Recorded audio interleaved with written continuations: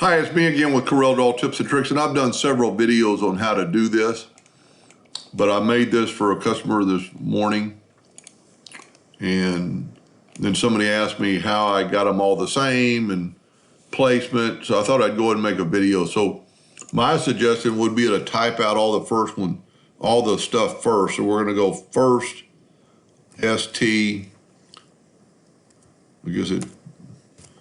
ST space, second ND space, third RD, fourth TH. And I'm just gonna leave it like that. And here's what the key is. The customer told me he wanted them like a 1/2 inch big. So with my ratio locked, well, first of all, I'm gonna convert them to my font that he wanted, which is Times New Romans. I don't know why I'm having trouble getting that. And I'm going to go and pick Times New Romans.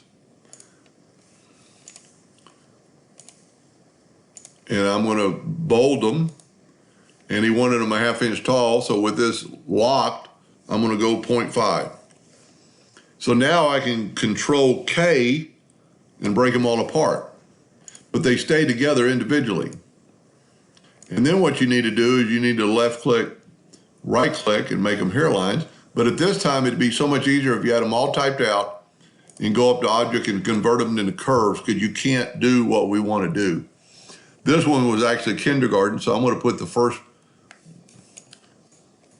and I'm just going to kind of get them close, and you'll see what I'm going to do in just a second.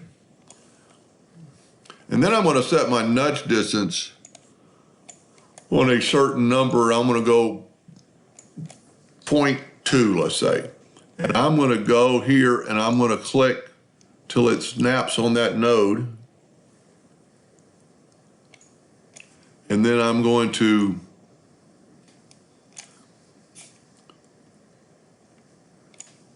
somebody came up to my window. I'm going to nudge it up 0.2. And then I'm going to grab the second part, put it down at the midpoint, and that's actually going to be a little bit too close to that other number, but you get the idea, because I had to redraw this. And then we're going to do one more and get it to snap to that center node and then move it up.